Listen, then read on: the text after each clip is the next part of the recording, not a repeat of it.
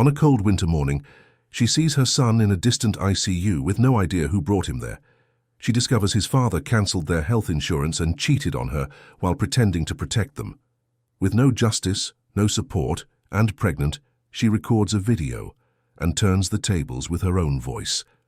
If this story caught your interest, don't forget to subscribe to our channel and tell us what city you're watching from. Let's continue. The icy January wind cut through the deserted streets of Chicago like a sharp blade. It was one of those early mornings when the Illinois winter showed its cruelest face, with the temperature hovering just above 30 degrees and a dense fog blanketing the bare trees that ringed the city's suburbs. Inside the pediatric ICU at County General Hospital in Joliet, the machines beeped steadily, monitoring vital signs that fluctuated dangerously. Lauren Miller squeezed her son's small, cold hand with a force that mixed desperation and determination. Peter, his brown eyes half closed, struggled to breathe even with the oxygen mask covering half of his delicate face. This wasn't the boy's first asthma attack. At 5 years old, Peter was already all too familiar with inhalers, nebulizers, and trips to the emergency room. But it had never been like this. He had never been so close to the edge. Lauren had been a nurse for 8 years and knew every sign, every detail that separated a manageable attack from a real emergency. And this was a real emergency. Her son's chest rose and fell in an irregular rhythm, the muscles between his ribs straining with the effort to pull in every ounce of air. She had seen this before in other patients. She knew what it meant, and she knew Peter shouldn't be here. County General Hospital in Joliet was over 20 miles from their apartment in Lincoln Park, a central Chicago neighborhood. It was an underfunded public facility with peeling paint on the walls, dimly lit hallways, and a medical team that worked miracles with minimal resources. This wasn't where Peter was supposed to be. The boy had health insurance, excellent insurance, or at least he was supposed to. When the attack started that Tuesday afternoon, Lauren had tried to take him to Northwestern Memorial, a modern, well-equipped private hospital downtown where Peter had been treated since he was a baby. But when she got to the reception desk, the clerk had looked at her computer screen with an embarrassed expression. The policy had been cancelled 3 months ago. Lauren had felt the floor drop out from under her. Cancelled? How? She hadn't cancelled anything. Ethan, her husband, was the one who handled their finances. He was a federal judge, organized, meticulous. He would never let his son's health insurance lapse. The clerk had been kind but firm. No active policy, no private care. It was protocol. Lauren could try the city's emergency services, with Peter gasping in her arms, with no time. For arguments or phone calls, she had rushed back to the car and driven to the nearest community clinic.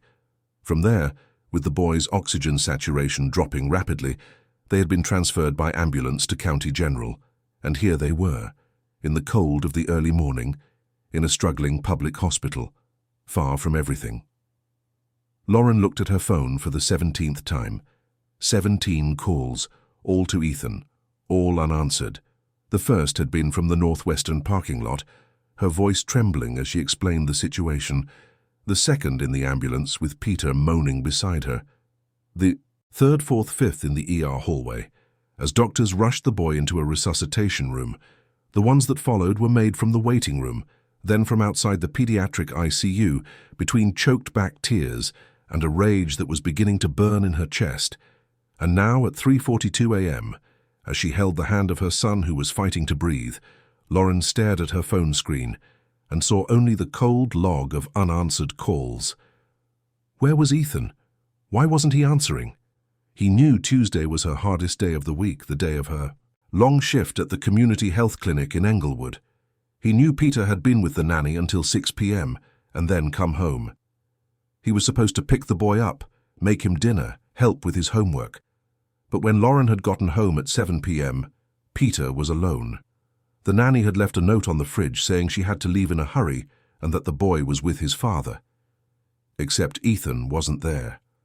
And Peter, sitting on the living room couch with a tablet in his hands, had said in his small voice that Dad had left again. He'd come home, stayed for half an hour, gotten a call and left, saying he'd be right back. That had been at 6:30 p.m. It was almost 4 a.m. Ethan hadn't come back, and he wasn't answering his phone. Lauren took a deep breath, trying to control the trembling in her hands. Peter's fingers twitched slightly, and she squeezed back, leaning in to whisper close to her son's ear. "It's okay, my love. Mommy's here. You're going to be okay." She didn't know if she was lying. The doctors had been clear the attack was severe. The boy was stable for now, but he needed constant observation. Any turn for the worse could be fatal. The word had hung in the air. Fatal. Lauren was a nurse. She knew the weight of that word, and she knew her son was on a thin line between recovery and something she refused to even name. Where was Ethan? Her phone vibrated. Lauren glanced at the screen, her heart pounding. It wasn't Ethan. It was an automated text from the bank, notifying her of a declined payment. She closed her eyes. Another late bill. It had been like this for the past few months. Little signs that something was wrong. A credit card statement with purchases she didn't recognize, a condo association fee paid late, a comment from Peter's school that April's tuition hadn't been paid yet. Lauren had asked Ethan about it. He'd given her vague answers, temporary issues, a delay in his paycheck, nothing serious. She had believed him. After all, Ethan was a federal judge. He made good money. He was in control of their finances. He always had been. In their 8 years of marriage, Lauren had never had to worry about money. She worked because she loved it, because she had studied so hard to become a nurse, because she wanted her own income. But the household bills, the fixed expenses, the health insurance, Peter's school, all of that had always been Ethan's responsibility, and he had always handled it, until now. Until the night their son's health insurance was cancelled and her husband wouldn't answer the phone while their child fought for his life in a public ICU. Lauren looked around. The pediatric ICU had 6 beds. Peter was in bed 3. Next to him, a little girl of about 3 was sleeping, with an IV in her thin arm. On the other side, a baby cried softly inside an incubator. In the corner, a young mother dozed in an uncomfortable chair, her head resting against the wall.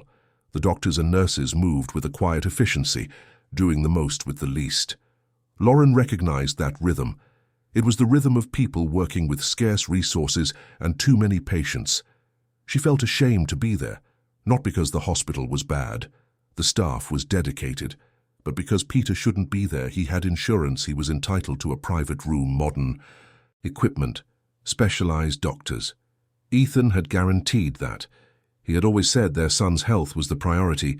That cost didn't matter, that Peter would have the best. And where was Ethan now? Lauren picked up her phone one more time. She wasn't going to give up. If she had to call 100 times, she would. Ethan had to know what was happening. He had to come. He had to explain. He had to be here, by his son's side, where he should have been from the start. She dialed again. The phone rang once, twice, 3, 4, 5 times. Then it went to voicemail. Ethan's deep, professional voice saying he couldn't take the call right now, but would get back to her as soon as possible. Lauren hung up without leaving a message. She had already left 6. She wouldn't beg, she wouldn't plead, but she wouldn't stop either. A nurse came into the ICU, a woman in her 50s with graying hair pulled back in a bun. She approached Peter's bed, checked the monitors, and jotted something on her clipboard. Lauren stood up, still holding her son's hand. "How is he?" she asked quietly. The nurse offered a kind smile. "Stable. His oxygen saturation is slowly improving. That's a good sign." Lauren nodded, feeling a sliver of relief. "How long will he need to be here?" The nurse glanced at the machines. "It depends on how he progresses. If he keeps improving like this, maybe another 24 hours. But it's important he stays under observation. Severe asthma attacks can relapse." Lauren knew that. She thanked her. The nurse hesitated before leaving. "Are you okay? Do you need anything? Coffee, water?" Lauren shook her head. "I'm fine. Thank you." The nurse touched her shoulder lightly. "He's going to be okay. He's a strong kid." When she was alone again, Lauren sat back down in the chair beside the bed. Peter was sleeping now. His small face had more color, his lips less blue. His breathing was still labored, but less desperate. She watched her son for long minutes. The brown curls stuck to his sweaty forehead, the round childish cheeks, the small hands that clutched the sheet even in his sleep. This boy was her everything. He had been a planned, wanted pregnancy. Ethan had been a present father in the early years, attentive, loving, involved. But lately, something had changed. He was distant, always busy, always with urgent cases, important hearings, last-minute trips. Lauren had tried to understand. She knew the career of a federal judge was demanding, but she was starting to realize there was something more, something he was hiding. The phone vibrated again. This time it wasn't a text from the bank. It was a call. Lauren looked at the screen and felt her heart leap. Ethan. Finally. She answered before the second ring. Hello? Ethan. Where are you? His voice came through groggy and irritated. Lauren, it's 4 a.m. Have you lost your mind? She felt the rage explode in her chest. Lost my mind? I've been at the hospital with Peter for 6 hours. He had a severe attack, Ethan. He's in the ICU. I called you 17 times. Silence on the other end. Then his voice changed. It became more alert. What hospital? What happened? Lauren told him. She told him about the attack in the afternoon, about going to Northwestern, about discovering the insurance was cancelled, about the transfer to County General, about Peter's critical condition, about the hours of anguish. Ethan was silent throughout her entire account. When she finished, he just said, his voice low, I didn't know. Lauren felt something inside her break. You didn't know? You didn't know which part? That your son is in the ICU? That I called you 17 times? Or that his health insurance was cancelled? Ethan hesitated. About the insurance, I didn't know it was cancelled. It must have been a mistake. I'll sort it out tomorrow. Lauren took a deep breath, trying to keep her composure. Tomorrow? Ethan, your son is in the hospital now, aren't you coming? More silence, then he sighed. Lauren, I'm out of town. I have an early meeting. I'll be there tomorrow afternoon. She felt the floor disappear again. Out of town? Where? What meeting? Ethan, it's 4 a.m. What are you doing? That's none of your business, Lauren. His voice turned cold, sharp. I already said I'll handle it, now let me sleep. And before she could respond, he hung up. Lauren stared at her phone, her mind blank. He had hung up. He had hung up on her. While their son was in the ICU, she looked at Peter, who was still sleeping, oblivious to it all.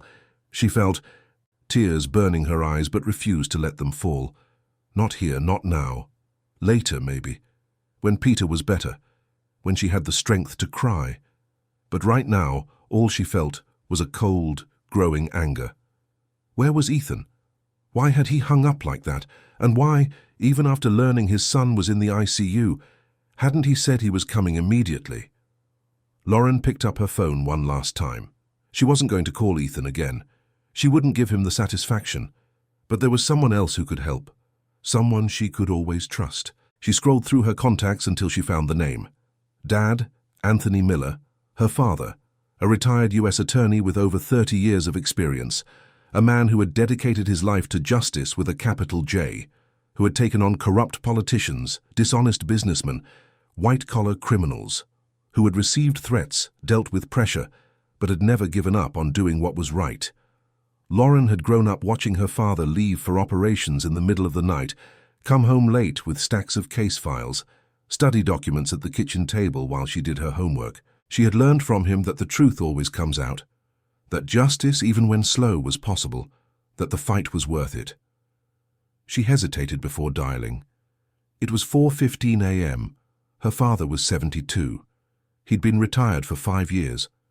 He lived alone in a condo on the Gold Coast since her mother had passed away in a car accident 7 years ago. Lauren didn't want to worry him, but she needed him. She needed his calm voice, his sound advice, the presence that always soothed her. She dialed. The phone rang several times before he answered, his voice hoarse with sleep.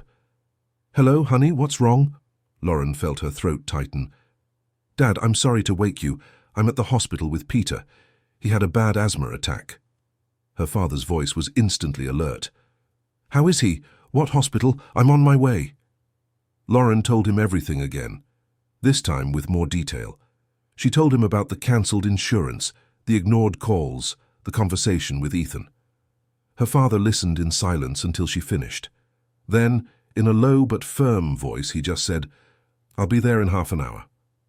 And he hung up. Lauren put her phone away and turned back to Peter. The boy had woken up and was looking at her with half-lidded eyes. "Mommy," he whispered, his voice muffled by the mask.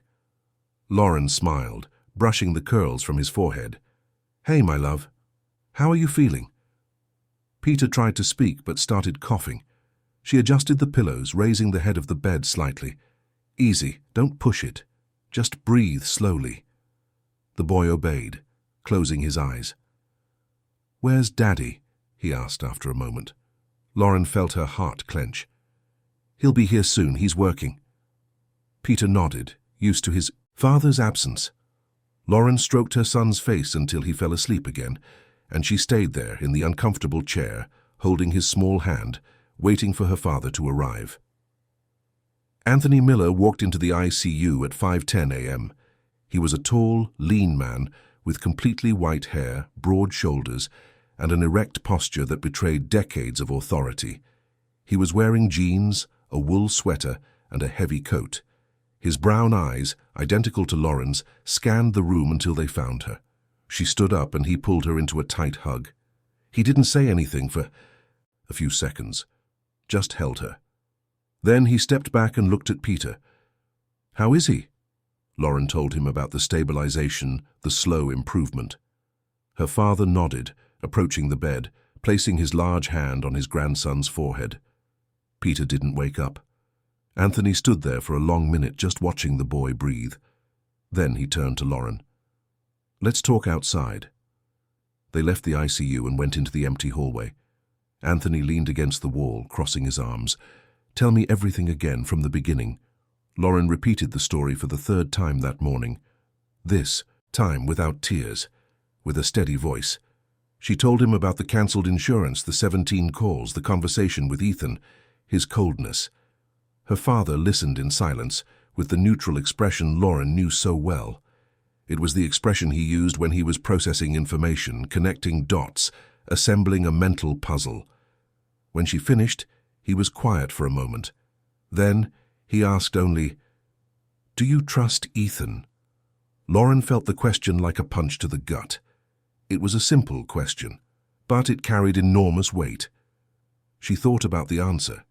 She thought about the last few months, the absences, the delays, the vague answers, the late bills, the cancelled insurance, the ignored calls, the coldness on the phone, and she realized she didn't know the answer. She didn't know if she trusted her own husband. The realization was painful. Anthony noticed her hesitation. He put a hand on her shoulder. "Honey, I know this is hard, but I need you to be honest with me. Have other strange things been happening, besides the late bills and the cancelled insurance?" Lauren thought. Yes, there were other things, small things, insignificant on their own. But now, under the harsh light of the early morning, they seemed to be part of a larger pattern. Ethan coming home late, leaving in the middle of the night, last-minute trips for judicial conferences, weekends when he said he was working, but his car wasn't at the courthouse, texts on his phone that he deleted quickly, calls he took in another room, the computer password changed without explanation, credit card statements he started having sent to his office instead of home. Small signs, but signs nonetheless. She told her father everything. He listened without interrupting. When she finished, he nodded slowly. "Lauren, I don't want to scare you, but as a prosecutor I saw a lot of cases like this. Sometimes when a person starts acting strangely, hiding things, changing their patterns, it can be a sign that something is wrong. It could be an affair, it could be debt, it could be both, or it could be something worse." Lauren felt a chill run down her spine. "Worse how?" Anthony sighed. "I don't know yet, but I think we need to find out. Carefully, quietly, just to make sure everything's okay." or to know how to deal with what isn't. Lauren looked at her father. Do you think he's cheating on me? Anthony didn't answer right away. Then, in a low voice, he just said, I think he's hiding something, and when someone is hiding something, it's usually not good. Lauren nodded.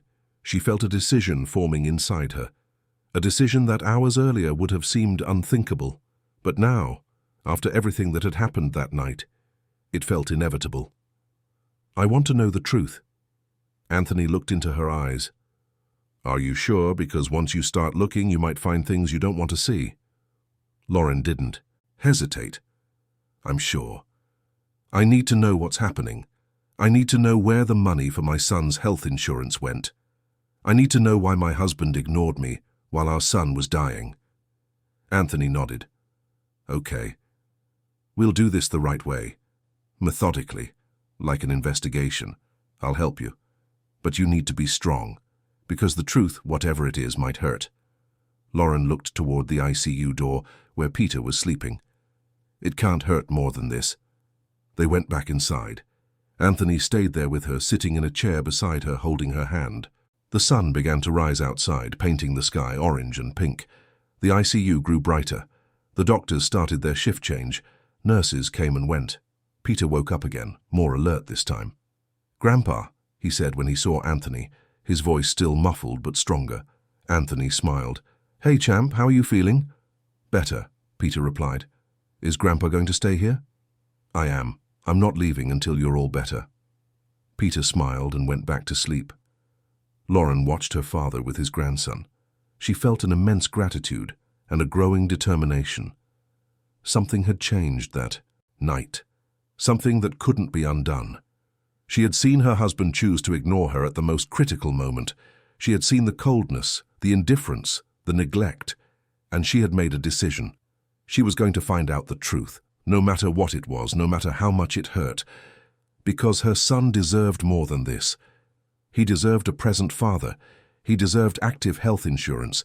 He deserved a family that worked. And if Ethan wasn't willing to be that father, then Lauren would do whatever it took to protect Peter, even if it meant destroying everything she had built over the last 8 years. At 9 a.m., a doctor entered the ICU. She was a young woman, about 35, with black hair in a ponytail and deep circles under her eyes. She introduced herself as Dr. Reynolds, the pediatrician on duty. She checked Peter's vitals, talked to him, asked a few questions. Then she turned to Lauren and Anthony. He's responding well to the treatment. His oxygen saturation is stable. If he continues like this, we can move him to a regular room this afternoon. Lauren felt a huge sense of relief. And when can he be discharged? The doctor hesitated. It depends. Ideally, he should stay for another 48 hours. But if you prefer, and if he remains stable, we can release him tomorrow with a prescription for steroids and outpatient follow-up.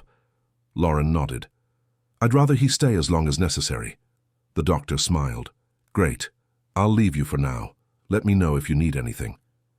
When the doctor left, Anthony looked at Lauren. You need to go home. Take a shower. Change your clothes. Eat something. I'll stay with him. Lauren shook her head.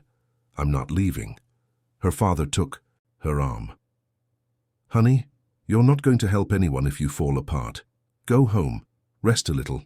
I'll stay here. I'll call you if anything changes. Lauren looked at Peter, who was sleeping peacefully. She knew her father was right. She was exhausted. She hadn't slept in over 24 hours. Her body ached. Her head was heavy. Okay, but if there's any change, you call me right away, Anthony promised. She kissed Peter's forehead and left the ICU.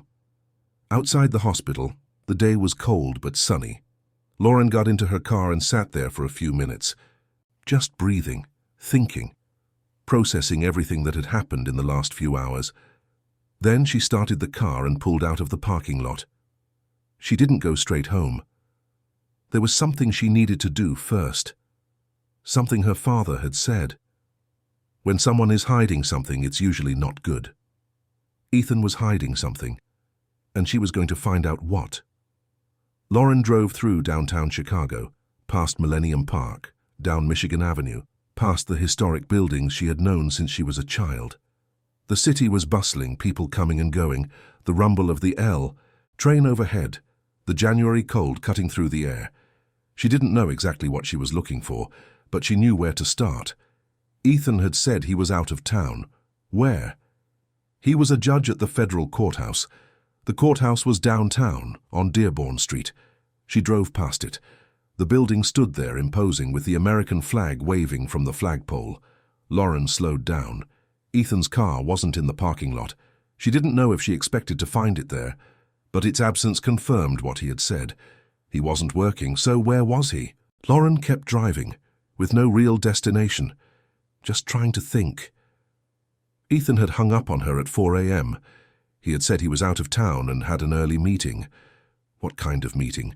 Where could he be at that hour? With whom? The most obvious answer, the one she had avoided considering until now, began to form in her mind. An affair. Ethan was with another woman. While their son was fighting to breathe, her husband was with another woman. The pain of the discovery was physical, a tightness in her chest that stole the air from her lungs. She pulled the car over to the curb, turned off the engine, and just sat there, gripping the steering wheel, trying not to fall apart. She needed proof. She couldn't accuse him without proof. But how could she get it? She wasn't an investigator. She was a nurse. She didn't know how to tail someone, how to track movements, how to gather evidence, but she knew someone who did. Anthony Miller, her father, a prosecutor for 30 years. He had handled complex investigations, sophisticated schemes, people who hid secrets. If anyone could help her find the truth, it was him, and he had already offered. We'll do this the right way, methodically, like an investigation. Lauren started the car and drove home. The apartment was empty, quiet. It was a beautiful place, spacious, well located. 3 bedrooms, 2 baths, a balcony with a view of the park. Ethan had bought it with a down payment from his family before they were married. His mother, Eleanor Vance, was a prominent figure in Chicago society, the head of an influential religious foundation, with political and social connections. An elegant, educated woman, but with a cold look in her eyes that had always bothered Lauren. From the beginning of their relationship, Eleanor had made it clear that Lauren wasn't exactly what she had hoped for her son. A nurse, the daughter of a public prosecutor. She didn't have the pedigree, the right last names, the right connections. But Ethan had insisted, and Eleanor had relented, but she had never hidden her disappointment. Lauren took a shower, changed her clothes, and made some coffee. She sat at the kitchen table with the mug in her hands, looking out the window. The sun streamed in, illuminating the hardwood floors. Everything seemed normal. But nothing was normal. Her son was in the hospital, her husband was missing, and she was about to discover something that would change everything. She felt her phone vibrate. It was her father. Peter's fine, sleeping. Doctors are happy with his progress. Lauren replied, "Thanks, Dad, I'll be back in a bit." Anthony sent another message. "Rest a little first. I've got him." She didn't reply. She couldn't rest.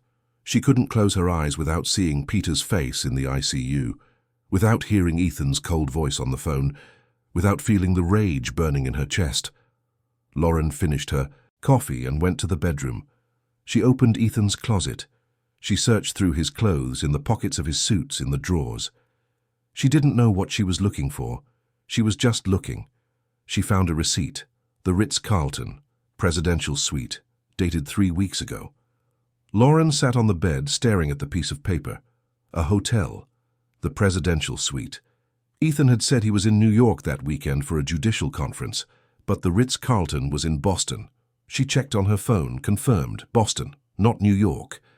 He had lied about the trip, about the conference, about everything. She put the receipt in her purse. It was the first piece of proof, small, but concrete. She kept looking. She found a second receipt, Gibson's Bar and Steakhouse, dinner for 2, wine, dessert, a total of $560, dated 2 weeks earlier. Lauren knew Ethan hadn't had dinner with her that night. He had said he was in a meeting with other judges. Another lie. She put the second receipt away. She kept looking. but she didn't find anything else. Ethan was careful, discreet. He didn't leave obvious trails, but he had left those two. Maybe out of carelessness, maybe out of arrogance, maybe because he never imagined she would look. Lauren picked up her phone and called her father. He answered on the first ring. "Everything okay?" She told him about the receipts. Anthony was silent for a moment, then he said, "Keep them. Don't let him know you found them. We're going to need more than that. I need you to be discreet. Don't confront him yet. Just watch. Take notes. Document everything. We're going to build a complete picture before we act." Lauren agreed. She knew her father was right. But the urge to confront Ethan was overwhelming, the urge to throw the receipts in his face and demand an explanation. But she resisted. Because her father was right. They needed more. Much more. Lauren went back to the hospital in the afternoon. Peter was better. He had been moved to a regular room. He was sitting up in bed, eating Jell-O, talking to his grandfather. "Mommy," he said when he saw her, smiling. She hugged him tightly, relief flooding her chest. "How are you, my love?" "Better. The doctor said I can go home tomorrow." Lauren looked at Anthony, who nodded. "If everything goes well, yes." She kissed her son's forehead. "That's great. We'll stay here tonight. And tomorrow, you'll be back home." Ethan arrived at 6 p.m. He walked into the room with a bouquet of flowers and a teddy bear. "Hello," he said with a forced smile. "How's my champ?" Peter looked at his father, his eyes shining. "Daddy, you brought a present." Ethan handed him the bear and kissed the boy's head. "I sure did. So you'll get better soon." Then he looked at Lauren. "Can we talk outside?" They left the room in silence. Lauren walked ahead, Ethan behind, maintaining a distance that seemed intentional. The hospital corridor was busy at the end of the day. Doctors walked by with clipboards, nurses pushed gurneys, families talked in groups. Lauren walked until she found a more private area near the fire escape. She turned to face Ethan. He looked different. He was wearing an impeccable grey suit, a navy blue tie, polished shoes. He looked freshly shaven. His hair was styled with gel. She felt a pang in her chest.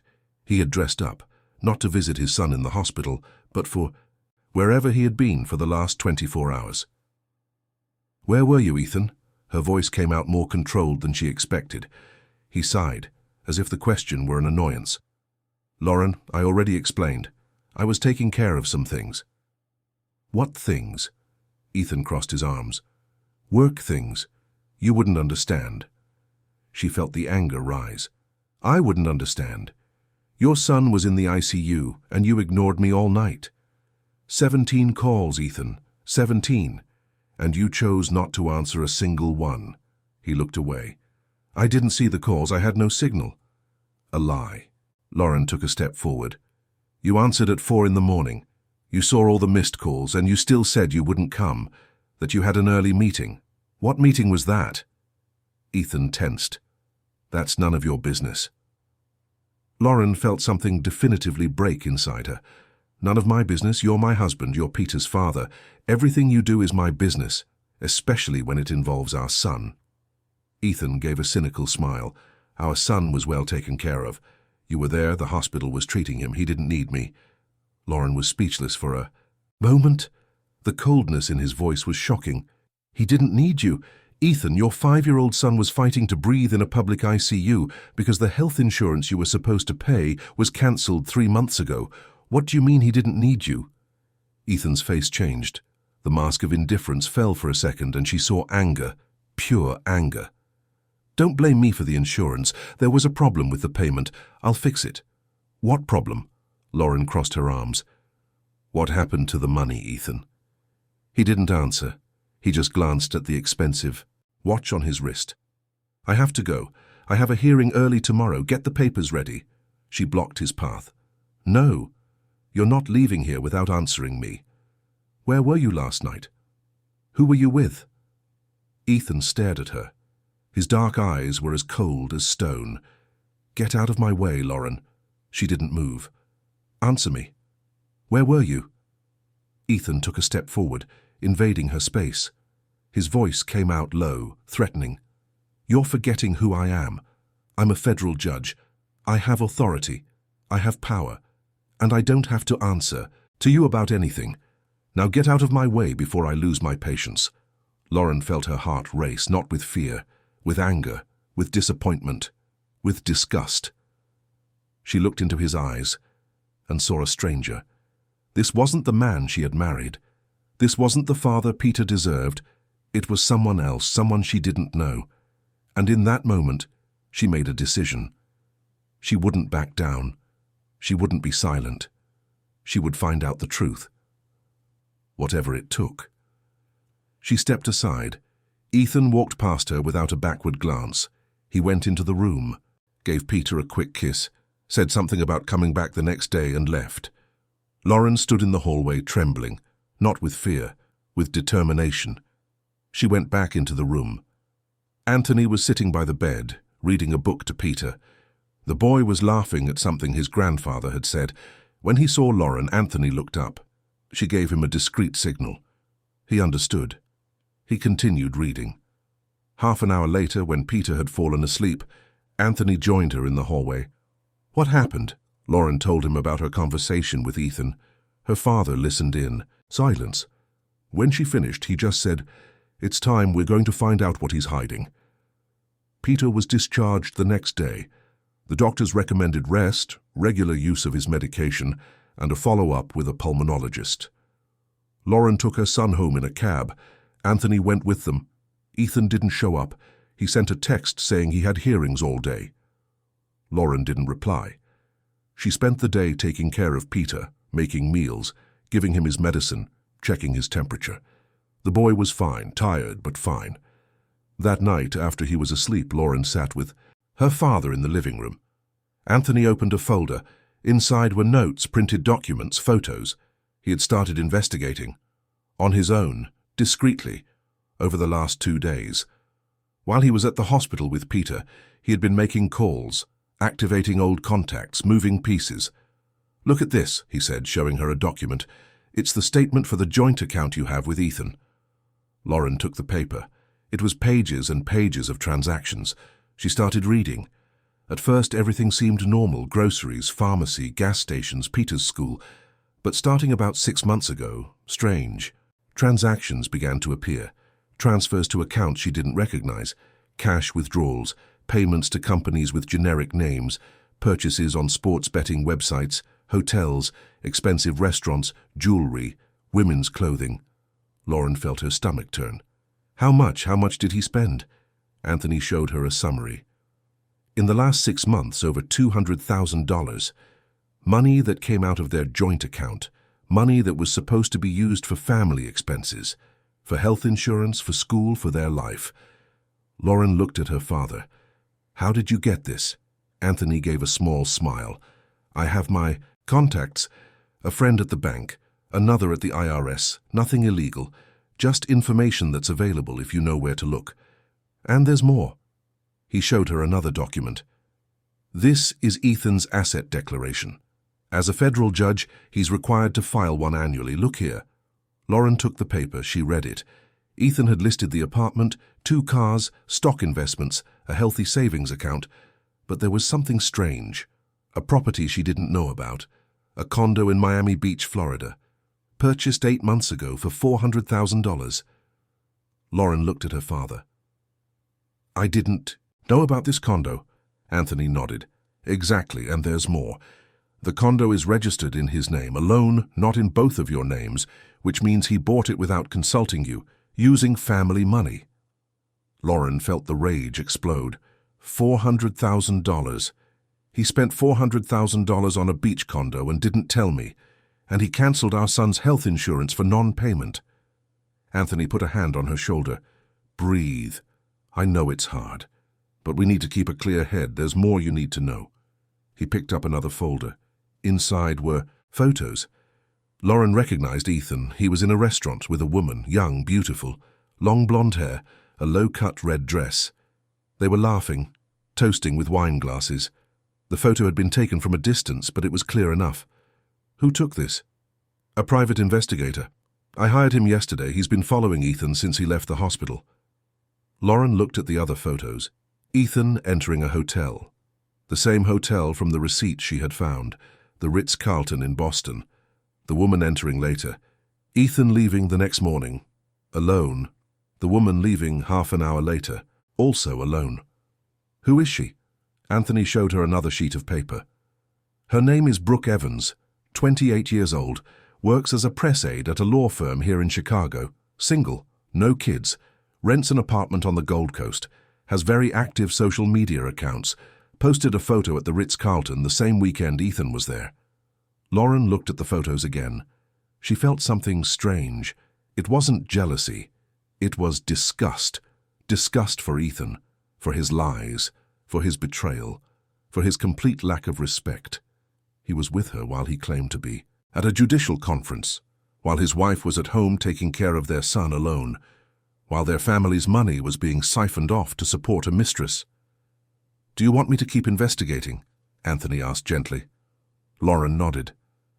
"I want to know everything, how long this has been going on, how much money he spent on her, if there's anyone else besides her, if he's hiding other things." Anthony closed the folders. "I'll do it. But I need you to be strong, because the deeper I dig, the uglier it's going to get, and you need to be prepared." Lauren looked toward the room where Peter was sleeping. "I'm prepared. For my son, I'm prepared for anything." In the following days, Lauren maintained a normal routine. She took care of Peter, made meals, cleaned the house, spoke to Ethan when he came home late at night or left early in the morning. She acted as if nothing had changed, but everything had changed. She watched. She took notes. She documented. Every strange departure, every mysterious call, every little lie, and she passed it all on to her father. Anthony continued to investigate. Every day he brought new information, new documents, new photos, and the picture became clearer and clearer and more devastating. Brooke wasn't the first. There had been others, at least 3 in the last 2 years. Young, beautiful, vulnerable, college students, interns, secretaries. Ethan would seduce them with promises, expensive dinners, gifts, trips, and when they started asking for more, wanting to make the relationship official, he would discard them, simply disappear, block their numbers, and move on to the next. But some had gotten pregnant, at least 2, and when they had gone after him, demanding he take responsibility, someone else had shown up. Not Ethan. His mother, Eleanor Vance, the leader of the religious foundation, the respectable woman, the generous philanthropist. She had offered money, a lot of money, in exchange for silence, in exchange for signed contracts, committing them to never reveal the paternity, never sue, never tarnish the family name. And the young women had accepted, because they were young, because they were scared, because they didn't have the resources to fight a powerful family. Anthony had managed to get the names of 2 of them, Julia Mendez, 23, Camila Sanchez, 25. Both had gotten pregnant by Ethan. Both had been paid to stay silent. Julia had received $50,000, Camila $100,000. The contracts were notarized. They were legal, binding documents, with perpetual confidentiality clauses, a massive fine for any breach. Lauren read the contracts with trembling hands. Eleanor's signature was there, as a witness, as a guarantor, as an accomplice. And Ethan? Had he signed anything? Anthony shook his head. No, he doesn't appear on any document. His mother took care of everything, protected her son, covered up the scandals, bought the silence of the victims, to keep the family's reputation intact. Lauren felt nauseous. How many children did Ethan have scattered around? How many women had he deceived? And Eleanor knew everything, had been a part of it all, and had never said a word, never warned Lauren, never stopped her son, just cleaned up the mess, paying, silencing, protecting. "Do you think these women would talk to me?" Lauren asked. Anthony hesitated. "It's risky. They signed contracts. If they talk, they could lose the money. They could be sued," Lauren insisted. "But what if I convince them? If I show them they're not alone, that there are other victims. Anthony thought for a moment. It's worth a try, but it has to be discreet. If Eleanor finds out, she'll act, and it could be dangerous. Lauren spent the next few days trying to locate Julia and Camilla. It wasn't easy. Both had moved out of state after receiving the money. Julia was in Miami, Camilla was in Atlanta. Lauren got their phone numbers through social media. She called. Julia answered after many rings. "Hello?" The voice was young, hesitant. Lauren introduced herself, said who she was, said she knew about Ethan, about the baby, about the contract. There was silence on the other. And then, Julia's voice now trembling, "How did you get my number?" Lauren was honest. "My father is a retired U.S. attorney. He's helping me investigate Ethan. I know what happened to you, and I want to help you." Julia laughed bitterly. "Help me? You're his wife. Why would you want to help me?" "Because I'm his victim too, because my son almost died while he was with his mistress, because he embezzled our family's money, because I found out you're not the only one, and because I want justice." There was another silence. Then Julia said in a low voice, "I signed a contract.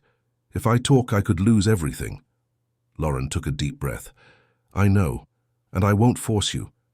But if you want to tell your story, if you want to help stop him from doing this to other women, I will protect you. My father will protect you." Julia was silent for a long time. Then she just said, "I'll think about it," and hung up. Lauren called Camilla. The conversation was similar. Initial distrust, fear of speaking out, but also anger, pent-up anger, anger at being used, discarded, silenced. Camilla had a 2-year-old son, a boy who had never met his father, who would never meet him because the contract forbade it. Lauren told her about Peter, about the asthma attack, about the cancelled insurance, about the lies. Camilla listened to it all, and at the end she said something that stuck in Lauren's mind. "He's a monster, but his mother is worse. She knows everything, covers for everything, and she still presents herself as this holy woman, this exemplary religious leader. It makes me sick." Lauren agreed. "It makes me sick too. That's why I need your help." Camilla sighed. "I'll think about it, but if I talk, I want guarantees, I want legal protection. I want to be sure I won't lose what I received, because that money is all my son has." Lauren promised to get those guarantees. Meanwhile, Anthony continued to investigate Ethan's finances, and he discovered something even more serious. Ethan wasn't just spending money on mistresses and beach condos. He was embezzling funds. He had opened bank accounts in Lauren's name, without her knowledge, without her authorization, using forged documents. And he was moving money through these accounts, money from dubious sources, large deposits, international transfers, cash, withdrawals. Anthony showed her the statements. Lauren turned pale.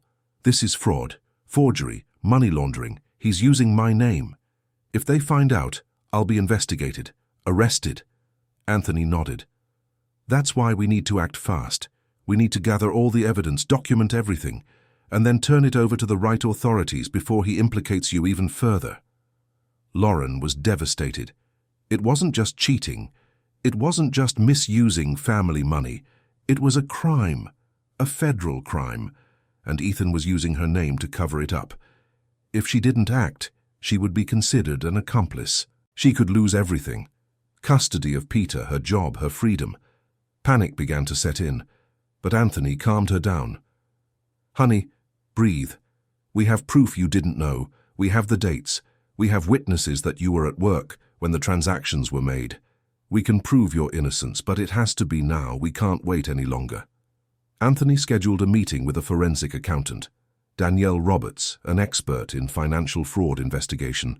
She had worked with the Department of Justice for years before starting her own consulting firm. Anthony trusted her. Lauren went with him. They met at a quiet cafe in downtown Chicago. Danielle was a woman in her 40s with short hair, thick-framed glasses, and a penetrating gaze. She listened to everything Lauren and Anthony told her. She asked to see the documents. She spent hours analyzing them, taking notes, cross-referencing information. At the end, she looked up. "This is serious. Very serious. He's not just embezzling family money. He's involved in a larger scheme, money laundering, possibly bribery. And he's using you as a front.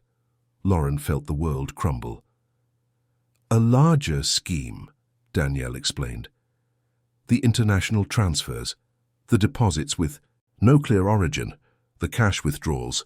It all indicates he's taking bribes, probably related to the cases he presides over, and he's laundering that money through shell accounts, some in his name, others in yours. Lauren felt like she was going to be sick. He's taking bribes to influence rulings? Danielle nodded. That's what it looks like, but we'll only know for sure if we can get access to the cases he's ruled on in recent months and cross-reference them with the transfer dates, see if there's a correlation. Anthony was already thinking. I have contacts at the FBI. I can ask for an informal, discreet inquiry, just to confirm our suspicions before we file a formal complaint. Lauren could barely process it all. Her husband wasn't just unfaithful. He wasn't just irresponsible. He was a criminal, corrupt, and he was dragging her down with him. Danielle continued. There's one more thing. The condo in Miami Beach. It was paid for in cash. $400,000. In cash.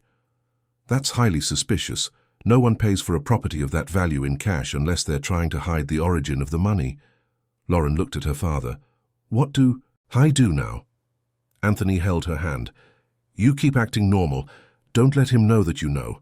In the meantime, I'll gather all the evidence, put together a complete dossier, and I'll hand it over to the right authorities, U.S. attorneys I trust, prosecutors who have no connection to the Vance family, and then we'll file the formal complaint. But it has to be all at once, with solid, irrefutable proof, because if we make a mistake, if he finds out beforehand, he could destroy everything, and still frame you. Lauren spent the following weeks on an emotional roller coaster. By day, she took care of Peter. She talked to Ethan when he showed up. She pretended everything was normal. At night, when her son was asleep, she received updates from her father. New documents, new evidence, new revelations. Every day it became clearer that Ethan was not who she thought he was, and that Eleanor was at the center of it all, protecting her son, covering up crimes, using the Foundation's influence, the political contacts, the social power to keep everything buried. Julia called after 2 weeks. She agreed to talk, but she wanted guarantees. Anthony worked out a deal with a U.S. attorney. Julia would be granted immunity. She wouldn't be prosecuted for breaking the confidentiality agreement. In return, she would hand over all the evidence she had, emails, text messages, photos, and most importantly, a flash drive Ethan had given her, thinking it only contained photos of them together. But Julia, suspicious, had looked through the contents and found other files Ethan had forgotten to delete, spreadsheets, documents, transfer receipts. It was gold. It was the concrete proof they needed to connect Ethan to the bribery scheme. Anthony arranged to meet Julia in Miami. Lauren went with him. They met at a beachfront cafe. Julia was younger than Lauren had imagined, beautiful, thin, with long brown hair and sad green eyes. She was holding a baby, a 6-month-old girl, Ethan's daughter. Lauren looked at the child and felt her heart ache. She was Peter's half-sister, and Ethan would never acknowledge her, never claim her. Julia handed over the flash drive. It's all in there, or at least everything he didn't want me to see. I found it by accident. He gave me the drive, said it was photos, but there was so much more. I think he used this drive for work and forgot to wipe it before giving it to me. Anthony took the device. We'll analyze it carefully. Julia looked at Lauren. I'm sorry for what you're going through. Lauren shook her head. You don't need to apologize. You were his victim too. Julia told her story. She had met Ethan at a bar. She was a law student. He had introduced himself as a judge, important, influential. He had been charming, attentive. He had taken her to expensive dinners, to luxury hotels, promised to help with her career. Julia had fallen in love. When she found out she was pregnant, she was happy. She thought they would start a family, but Ethan had changed. He became cold, said she had misunderstood, that he had never promised anything serious, that he was married. that he had a son. Julia had been devastated. She had threatened to tell his wife. That's when Eleanor appeared, offered money, a lot of money, more than Julia would earn in years of work. In exchange for silence, Julia had accepted, because she was young, because she was scared, because she saw no other way out. Camilla also agreed to talk. Her story was similar. Ethan had seduced her, gotten her pregnant, discarded her. Eleanor had paid her off, and now Camilla was raising her son alone, with the weight of the secret, with the pain of rejection, but also with anger. Enough anger to want justice. She didn't have a flash drive, but she had messages, hundreds of them. From Ethan making promises, from Eleanor threatening to sue if Camilla didn't sign the contract, from the Foundation's lawyers pressuring her. It was more material, more evidence, more ammunition for what was to come. Danielle, the forensic accountant, analyzed the contents of the flash drive and confirmed it. It was all true. Ethan was taking bribes from businessmen, from lawyers, from parties interested in cases he was ruling on. The spreadsheets showed amounts, dates, names, all meticulously recorded. Ethan probably kept these records to protect himself, to have something against the bribers if he needed it.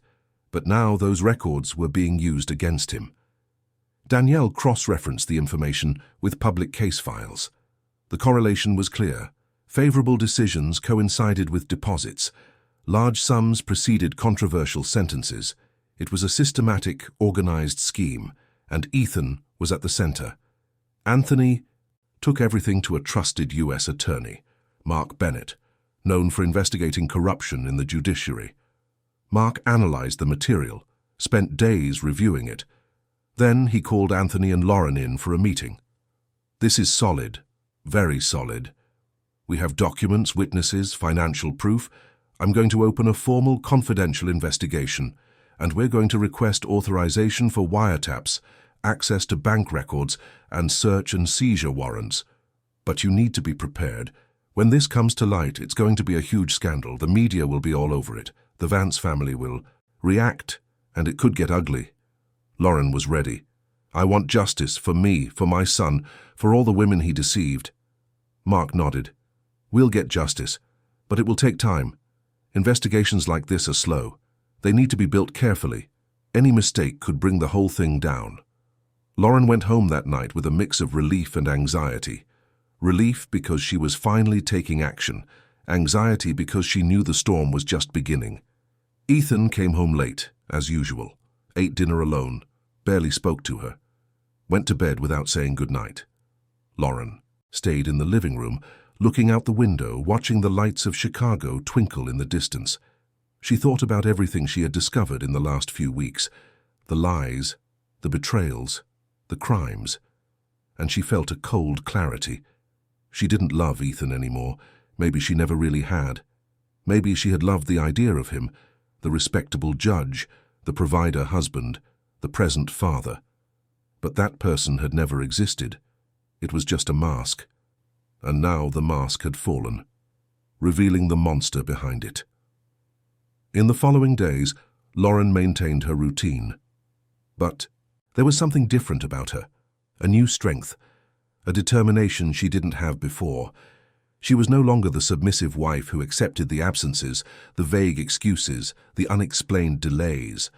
She was a woman who knew the truth, and who was ready to fight, to protect her son, to protect herself, and to make sure Ethan paid for everything he had done. The investigation moved forward in secret.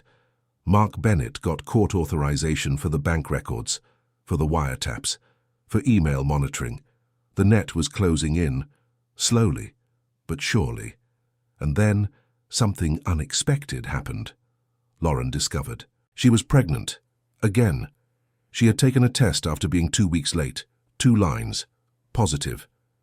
She stood in the bathroom, staring at the test, unable to process it. Pregnant.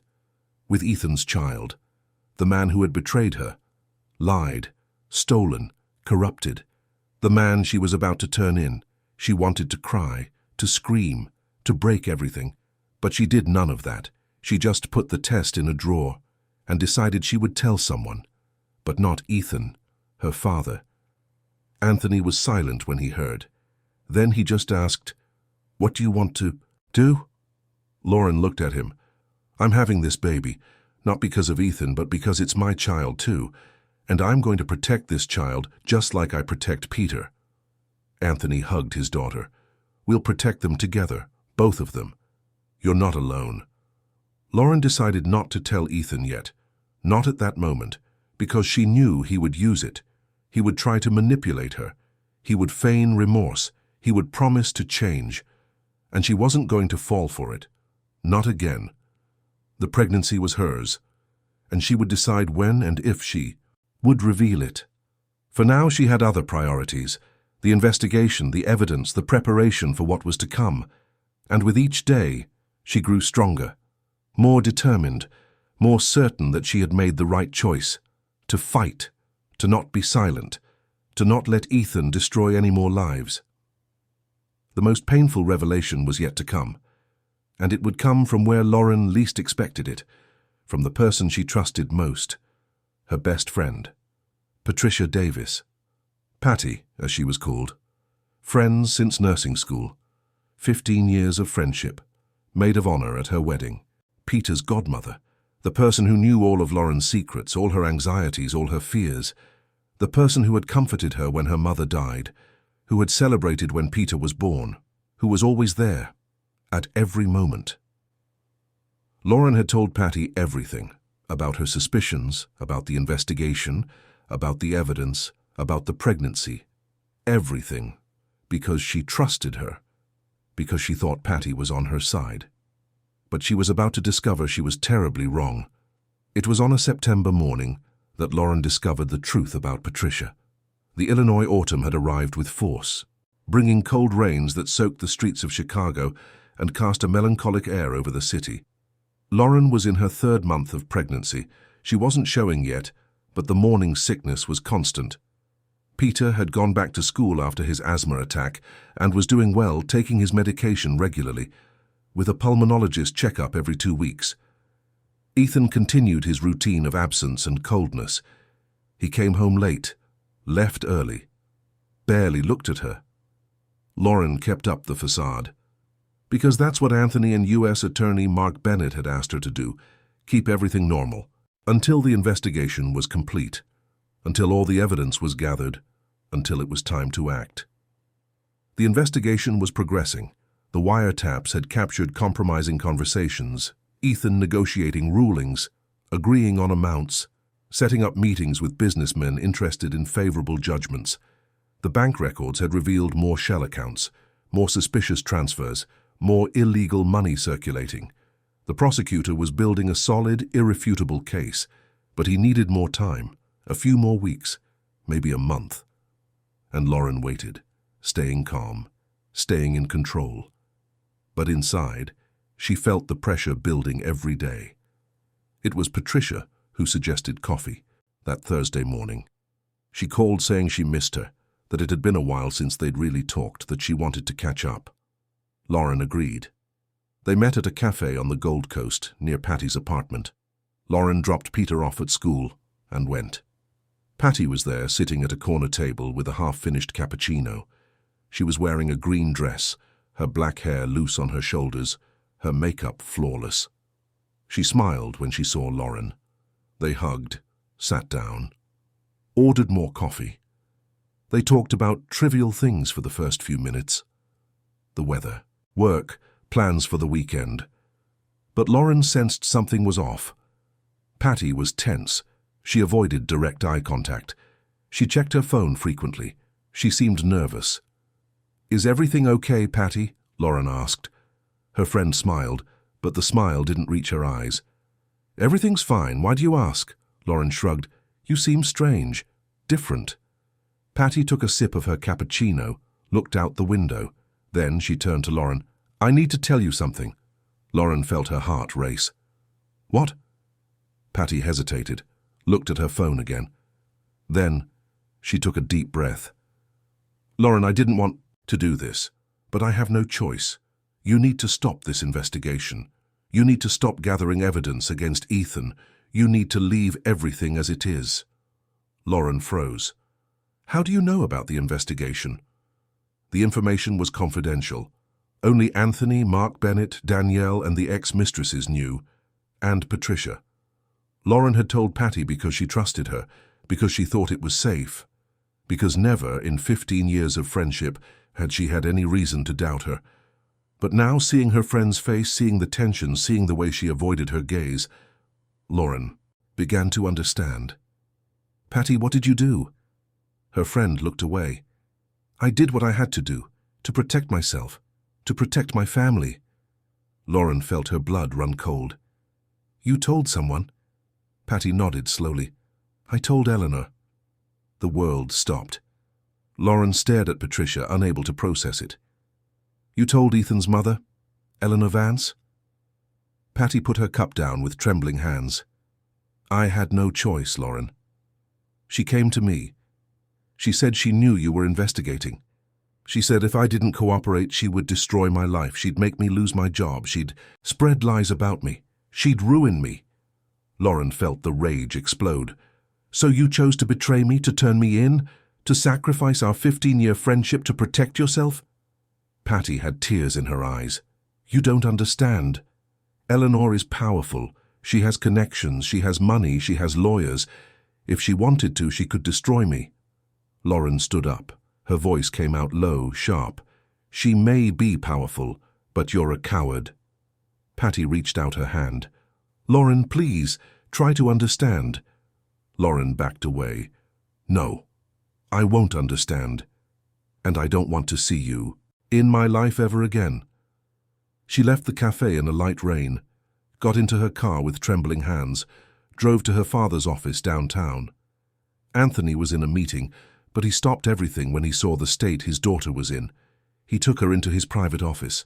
Lauren told him everything about Patricia, about the betrayal, about Eleanor knowing about the investigation.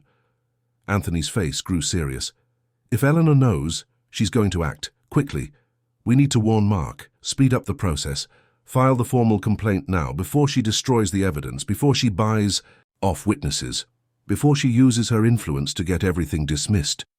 He called the prosecutor. Mark answered immediately. Anthony explained the situation. There was silence on the other end. Then Mark's voice, concerned. "This complicates everything. But we're moving forward. I'll file the complaint today. And I'm going to request Ethan's pre-trial detention for risk of destroying evidence and obstruction of justice." Lauren went home in a daze. Everything felt surreal. Patricia had betrayed her. Eleanor knew everything, and the battle that was already difficult had just gotten much worse. She entered the empty apartment. Ethan wasn't there. Peter was at school. She sat on the living room couch and finally let the tears fall. She cried for everything, for Ethan's betrayal, for Patricia's cowardice, for the unwanted pregnancy, for the son she had almost lost, for the father who was aging under the weight of it all. She cried until she had no tears left, and then she dried her face, stood up, and decided she would not fall apart. Not now. Not when she was so close to getting justice.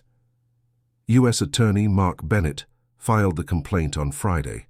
It was a 150-page document detailing all of Ethan's crimes: bribery, money laundering, forgery, fraud, use of privileged information. Each accusation was backed by evidence: bank statements, phone recordings, testimonies from Julia and Camilla, documents from the flash drive, analysis from the forensic accountant, Danielle. It was a solid, airtight case, impossible to refute. The request for pre-trial detention was initially denied by an appellate judge who was a friend of the Vance family. But Mark appealed. And he got another judge, known for being strict and impartial, to grant the request. The following Monday, Ethan was arrested. Lauren wasn't home when it happened. She was at the clinic, working.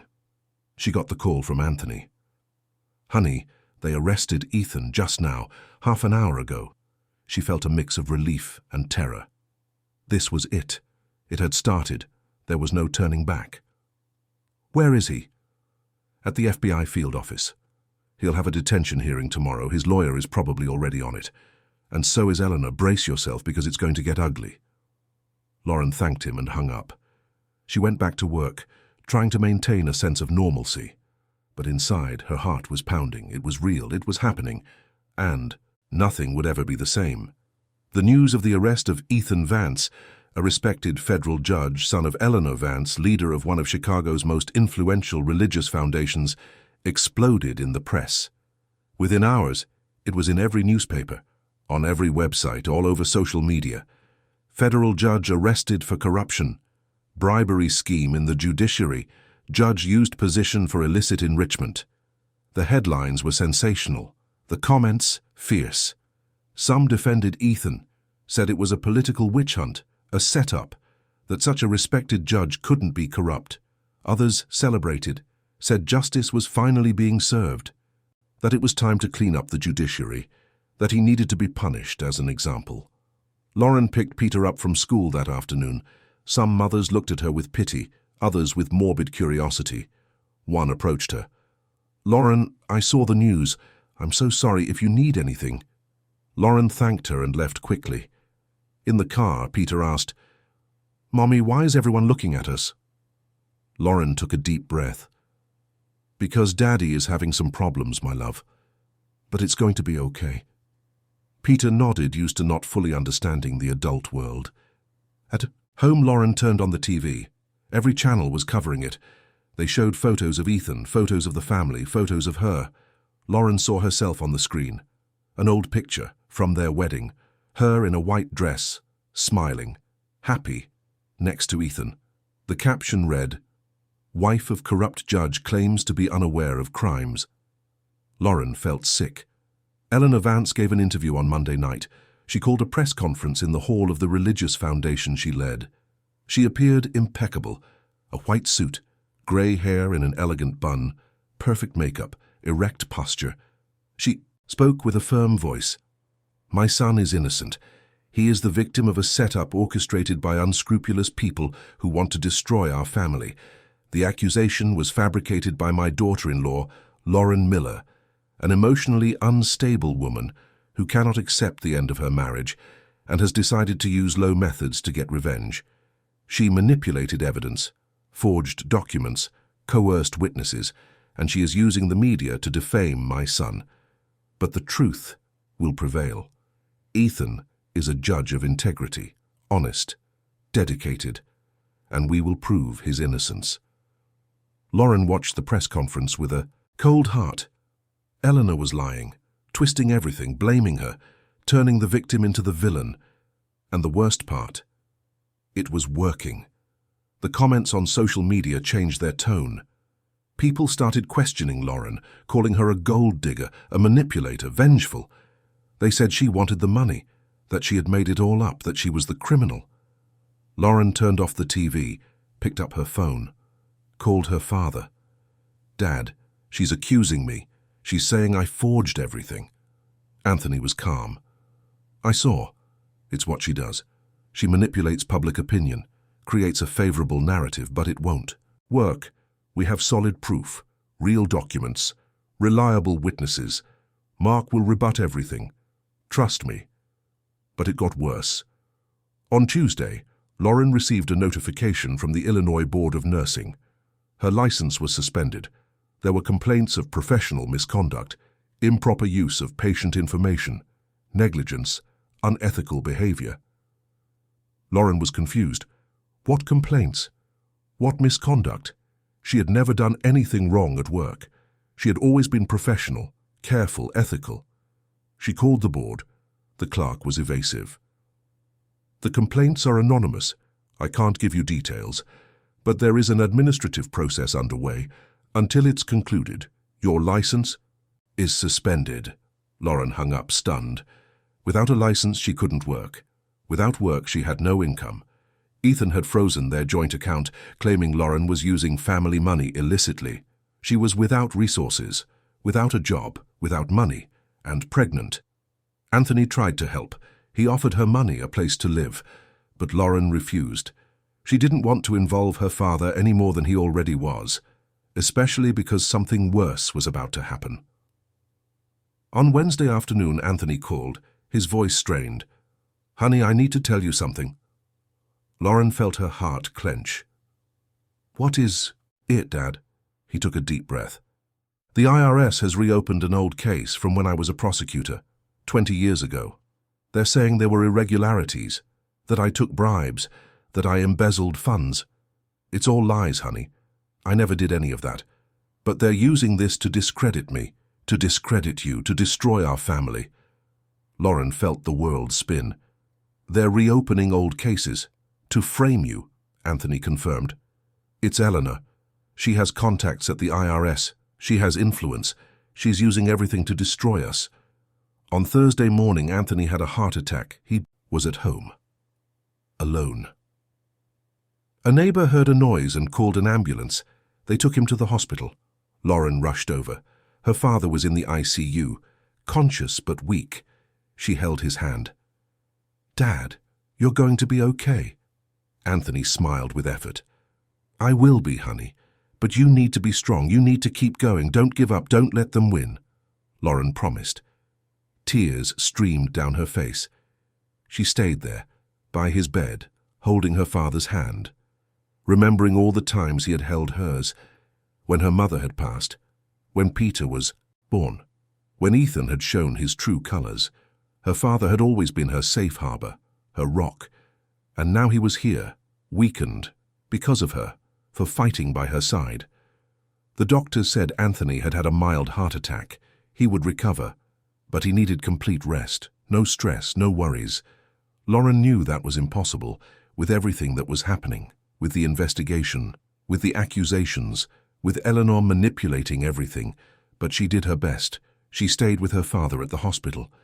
She brought Peter to visit him every day. The boy drew pictures for his grandpa, told him stories from school, made the old man smile. And Anthony, even though he was weak, continued to guide Lauren, telling her what to do, how to act, who to talk to. He wasn't giving up, and neither would she. On Friday, Eleanor gave another interview, this time more aggressive. She presented documents, said they were proof that Lauren had fabricated evidence, that she had coerced the ex-mistresses, that she had paid them to lie, that it was all a sham. She also presented a statement, signed by Patricia Davis, Lauren's former best friend. In the document, Patricia attested that Lauren was emotionally unstable, that she had fits of rage, that she was violent, that she posed a risk to her son, that she should not have custody of Peter, and that the whole story about Ethan was the invention of a disturbed mind. Lauren read the statement with trembling hands. Patricia had signed that. She had lied. She had twisted everything, turning friendship into a weapon, turning trust into betrayal. Lauren wanted to scream, to break everything, to give up. But she did none of that, because Peter needed her, because her father was in the hospital, because the ex-mistresses had trusted her, because she couldn't give up now, even if everything was falling apart, even if the world seemed to be conspiring against her. She couldn't give up.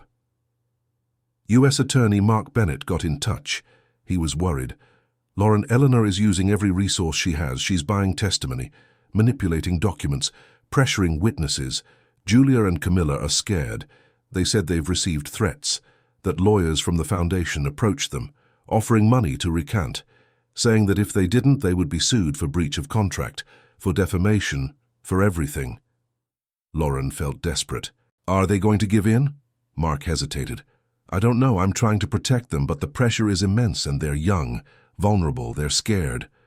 Lauren took a deep breath. I'll talk to them. I'll make sure they'll be safe. I'll do whatever it takes. Lauren called Julia. The young woman answered, crying. Lauren, I don't know what to do. They threatened me. They said they'll take my daughter from me, that they'll sue me, that I'll lose everything. I'm scared.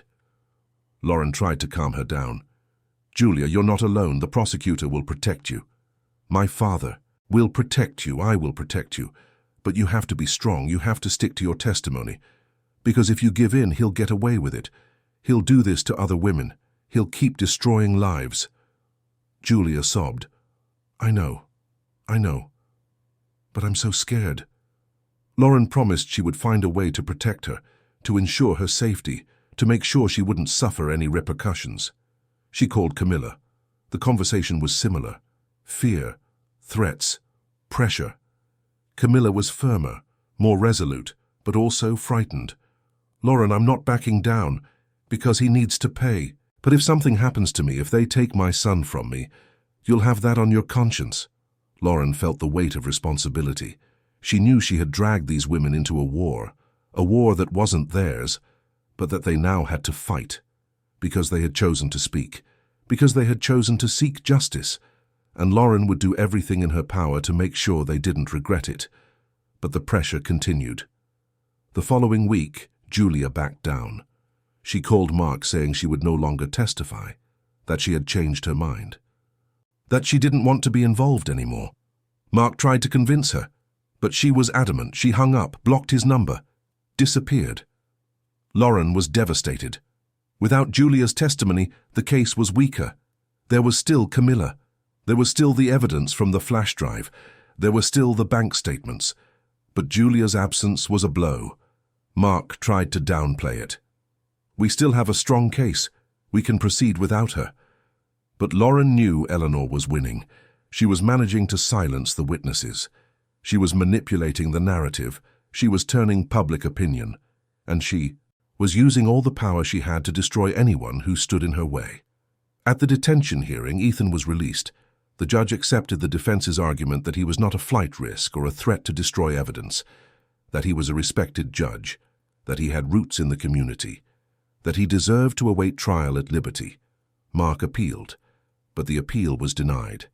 Ethan walked out of jail after 8 days, and the first thing he did was give an interview.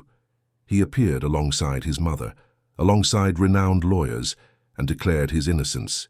He said he was the victim of a conspiracy, that his wife had mental problems, that she was using the justice system to get revenge for a failed marriage, that he was going to sue Lauren for slander, for defamation, for emotional distress, and that he was going to fight for custody of his son, because Peter wasn't safe with an unstable mother.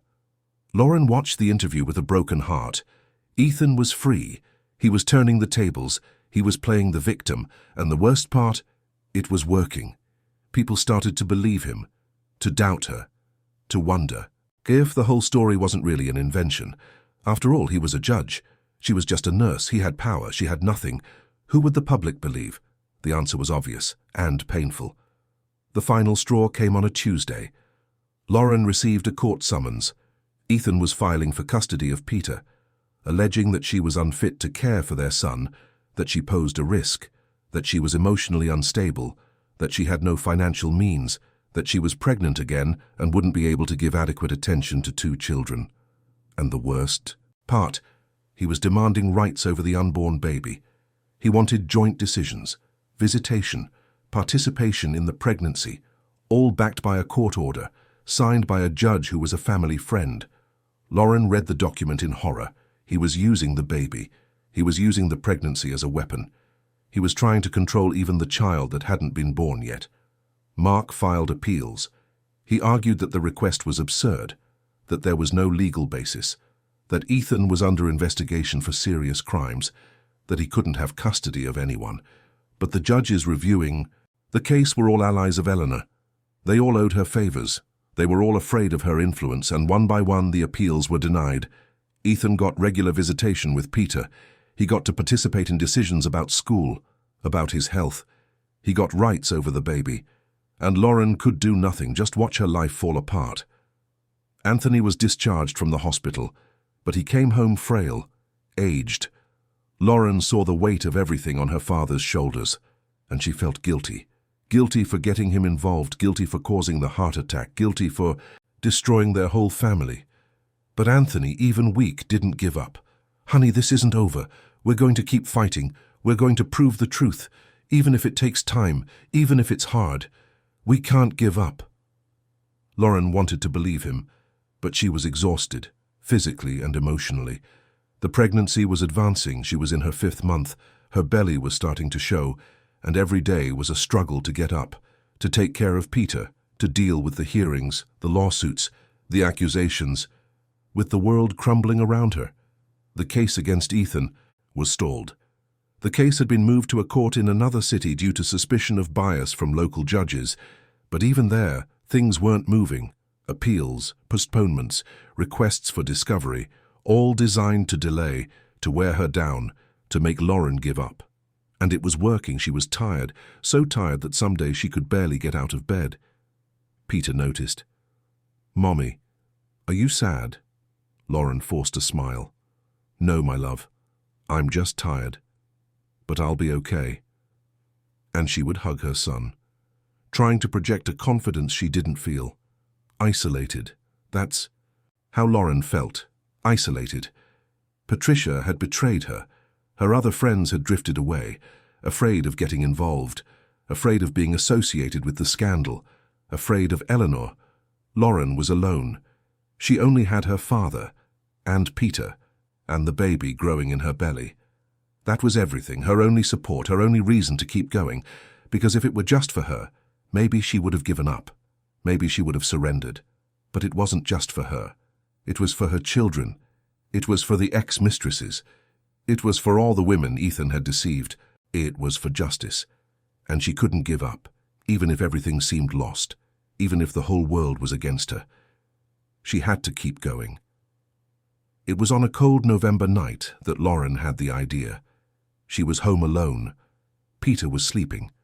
Anthony had called earlier to see if she was okay. She had said yes, but she wasn't. She was at rock bottom. No job, no money, no friends, no hope. Sitting on the couch, phone in hand, scrolling through news about the case, seeing the malicious comments, the accusations, the distortions. And suddenly she realized something. Everyone was talking about her, everyone was judging her, but no one knew the truth, her truth, because the narrative was being controlled by Eleanor, by Ethan, by their lawyers, by the media they bought. And she, Lauren, was silent, accepting it, letting them define who she was, what she had done. Why? What if she told the truth? What if she revealed everything herself? Not through lawyers, not through court proceedings, but directly, to the people, in her own words, with her own voice. The idea began to take shape. It was risky, to expose herself, like that. But what else did she have to lose? She had already lost everything, her job, her friends, her reputation. What else could be taken from her? And maybe, just maybe, if people heard it from her, if they saw her face, if they felt her pain, maybe they would believe her. Maybe they would support her, maybe they would change their minds. Lauren stood up. She went to Peter's room. The boy was sleeping peacefully, hugging the teddy bear Ethan had given him.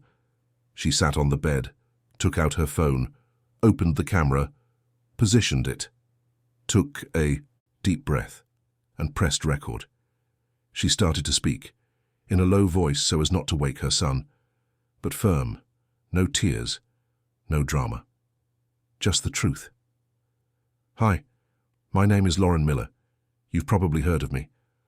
I'm the corrupt judge's wife, the unstable woman, the vengeful one, the liar, at least that's what they're saying.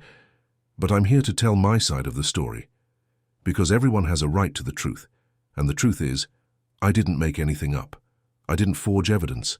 I didn't manipulate witnesses. I just found out who my husband really was, and I decided not to be silent. She told them everything.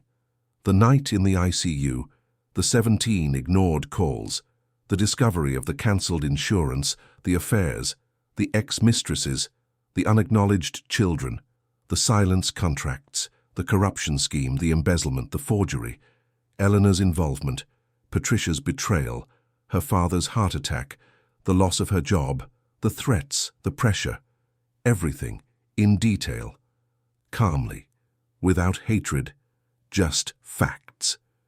She didn't ask for pity. She didn't ask for support. She just said, "I'm not asking you to believe me. I'm asking you to think, to question, to not accept everything you're told. Because the truth isn't in the newspapers. It's not in the controlled interviews. It's here, in real life, in real pain, in a real fight. And I'm not going to give up. Not while my children need me. Not while there's hope for justice." She turned off the camera, looked at the video. It was 15 minutes long, her image shaking slightly from the phone's camera. Peter's room in the background. Simple, raw, real. She didn't edit it, didn't cut anything, she just posted it on social media with the caption, "My Truth," and she went to sleep, unaware that this video would change everything. Lauren woke up the next morning to her phone exploding. It was 7 a.m. It was still dark outside. Peter was asleep in his room. She picked up her phone and saw hundreds of notifications, messages, comments, shares. The video she had posted the night before going to sleep had gone viral, completely. When she checked the numbers, she was paralyzed. 500,000 views in less than 12 hours.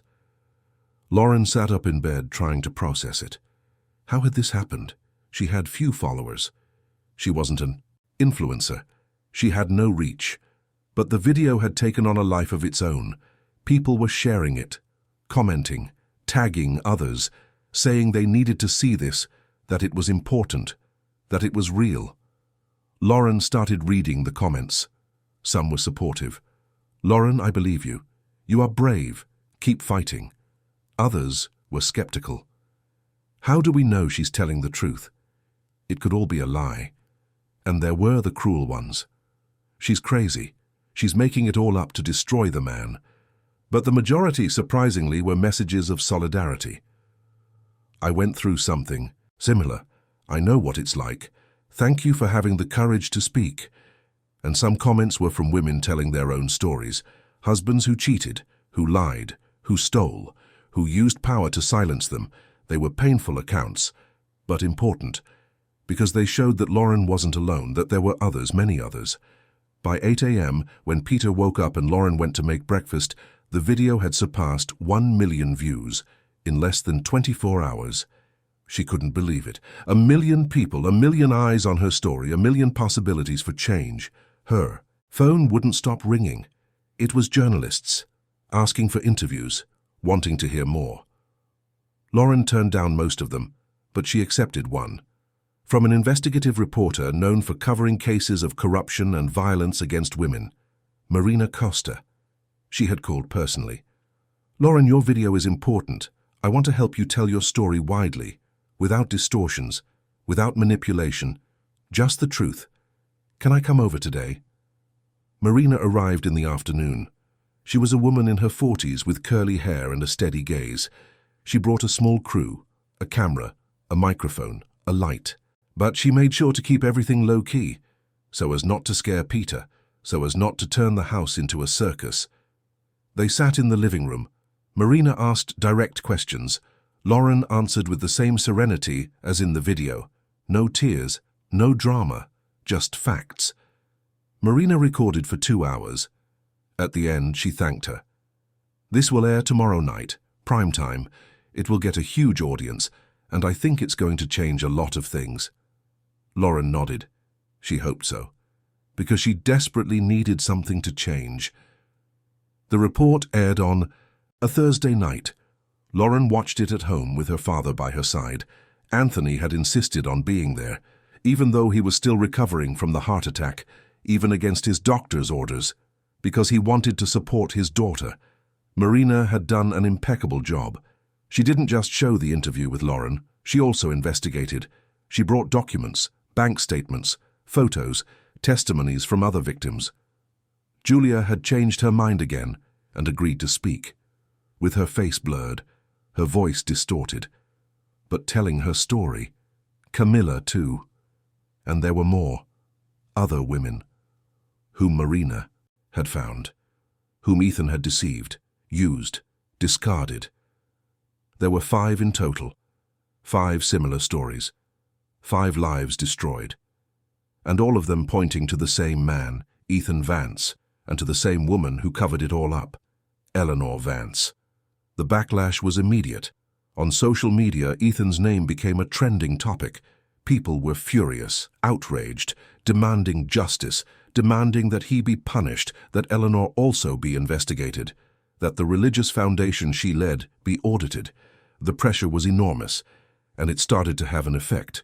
The next day, the IRS announced it was reopening the investigation into Ethan, this time with an independent team, with no ties to the Vance family, with no possibility of manipulation. Late that afternoon, the FBI, which had jurisdiction because of the international transfers, announced it was also investigating. Ethan was no longer just a national problem, he was an international one. The allegations kept coming. A former employee of Eleanor's religious foundation contacted Marina.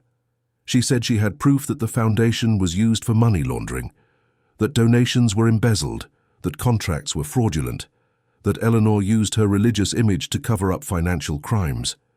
The employee was scared, but she had a conscience, and she decided to speak. Marina did another report, this time focused on Eleanor, showing the documents, the embezzlement, the irregularities, the hypocrisy. The woman who presented herself as an exemplary religious leader was just as involved in crime as her son, maybe even more so. Public pressure forced the authorities' hand. The Judicial Council opened an administrative proceeding against Ethan, recommended his immediate suspension, without pay, pending the outcome of the investigations. The judge who had released Ethan was investigated on suspicion of malfeasance. 2 appellate judges who had denied Lauren's defense appeals were removed from the case. The structure that protected Ethan began to crumble, and he, for the first time, was alone, without his mother to cover for him, without his judge friends to protect him, without the power he had always used as a shield. Eleanor was also removed from the foundation by a decision of the board of directors, who no longer wanted to be associated with the scandals. She tried to resist, gave interviews, said it was a witch hunt, that it was all lies. But no one believed her anymore, because the evidence was solid, because there were multiple witnesses, because the truth was finally coming to light, and there was no hiding it. Not this time. The house of cards she had built over decades was collapsing and taking everything with it. Lauren received unexpected support, women's groups, feminist organizations, lawyers specializing in gender-based violence, all offering help, offering resources, offering legal support. One of them, Dr. Fernanda Lopez, took on Lauren's defense pro bono. She was known for taking on difficult cases, for confronting power structures, for being fearless. "We're going to reverse everything, the suspension of your license, the shared custody, his rights, over the baby, and we're going to make sure he pays for everything he's done." Lauren felt hope for the first time in months. She finally had someone on her side, someone with strength, with knowledge, with determination. Ethan's trial was set for March of the following year. It would be in a federal court in New York, far from Chicago, far from local influences, with judges chosen by lottery, no possibility of manipulation. Mark Bennett, the prosecutor, was confident. "We have an airtight case, documentary evidence, multiple witnesses, recordings. There's no way he can escape. But it's going to be a long, complex trial. Be prepared." Lauren was prepared. She had been through so much in the last few months that a trial didn't scare her.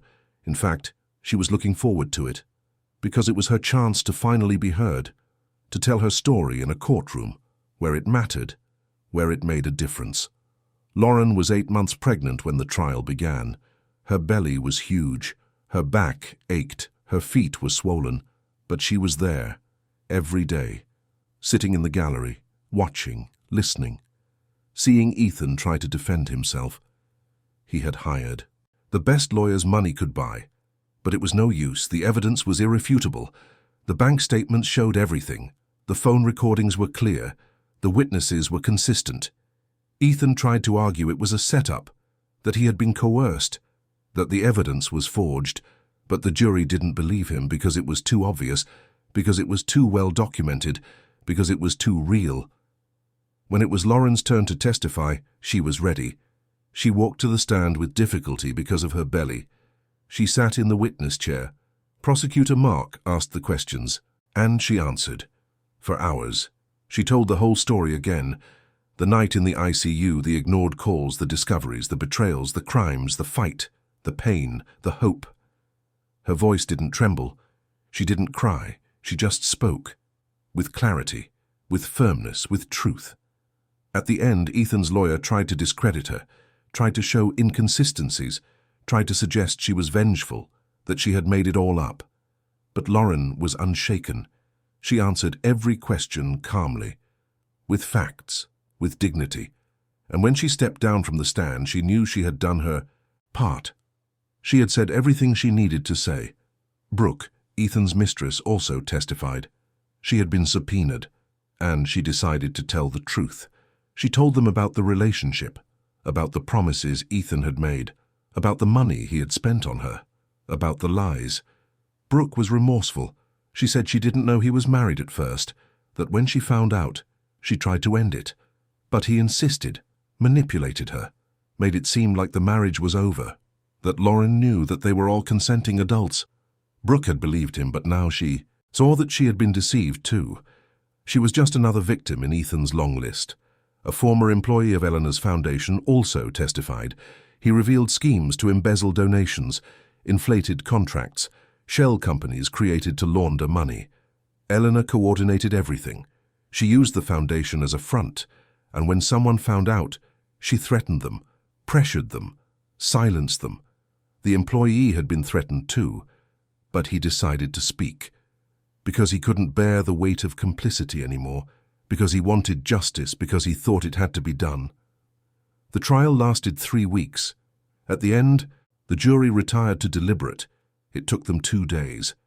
When they returned, Lauren was in the gallery, next to her father, who had insisted on being there, next to Dr. Lopes, next to Marina, the journalist, next to Julia and Camilla, who had come to witness the outcome.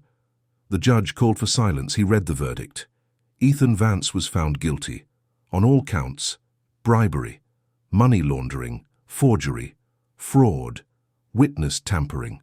The sentence was harsh: 15 years in federal prison, loss of political rights, forfeiture of all illicitly acquired assets, restitution to the victims. Ethan turned pale. He tried to speak, but he was restrained by the bailiffs and led back to jail. Eleanor was tried separately. She was also convicted for obstruction of justice, for racketeering, for money laundering through the foundation. She received a 10-year prison sentence, forfeiture of all her assets, the closure of the foundation. She cried. For the first time, Lauren saw Eleanor cry, not out of remorse, but out of anger, out of disbelief, out of not believing she was being punished, that her power hadn't been enough, that justice this time had prevailed. Lauren left the courthouse with her father by her side. She didn't feel victorious. She didn't feel joy, just relief. A deep relief. Because it was over. Because she had done it. Because the truth had won.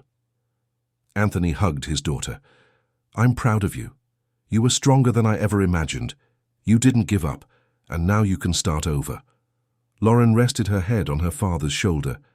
She still had a long road ahead, but for the first time in months, she felt it was possible, that she could rebuild, that she could be happy again. The baby was born 2 weeks after the trial, a girl.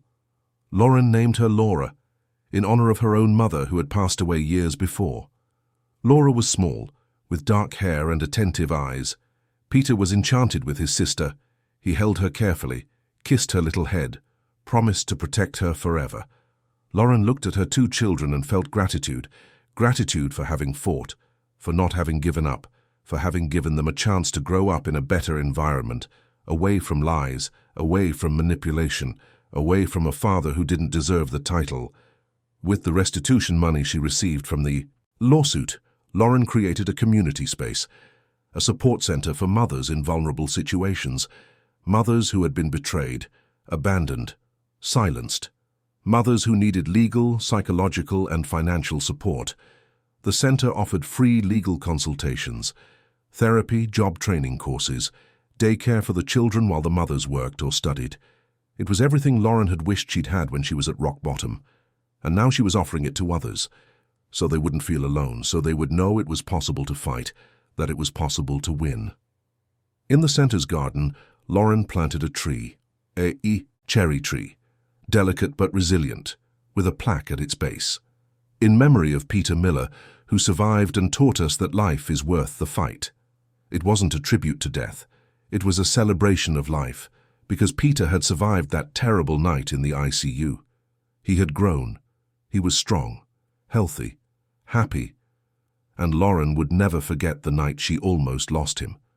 The night that changed everything, that showed who Ethan really was, and that pushed her to act.